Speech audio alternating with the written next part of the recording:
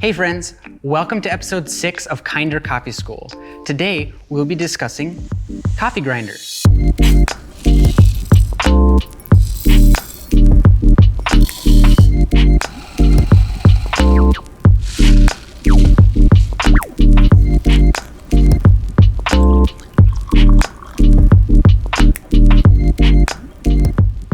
We often go out looking for the latest and greatest brewer. Do I have any Ninja fans out there? Or we buy a more expensive kettle for heating our water.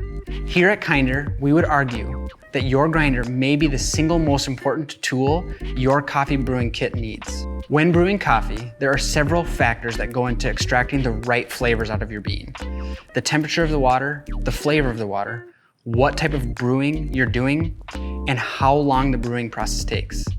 Each piece plays an important role in your morning cup of coffee. However, they all revolve around the bean and the surface area we create for the particles and flavors to be absorbed into the brewing water. So, what grinder would we recommend? There are several grinders out there that range from $10 all the way up into the thousands. The most common grinder we see out there is actually this blade grinder here. It's very accessible, it's affordable, it's easy to use, and it's made by several brands. This, unfortunately, is not the grinder you want. As the blades spin around and begin to grind, you will notice quickly that some of your beans immediately turn into powder, while others are left as large boulders. This inconsistency will first and foremost keep you from making a consistent cup of coffee. Some days it'll taste bitter and harsh. Other days it'll taste bland, somewhat like tea.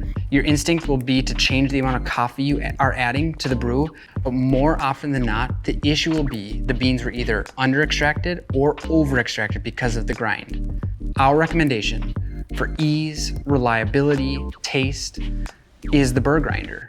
There are two different types of Burr blades, conical and flat. Both are really great, and there's often quite a debate on which one performs better. For the sake of not getting too deep into the weeds, just know they'll both perform at a level that you'll really enjoy. Burrs work by having two blades on each side of the bean, working together to evenly grind the bean and then kick them out when they're the right size, as opposed to a blade grinder that continues to chop until the user stops the blade. The Burr grinders are preset at a distance apart from each other, preventing from the over-processing of the beans and making sure they are ground to the size you need. There are several options for Burr grinders.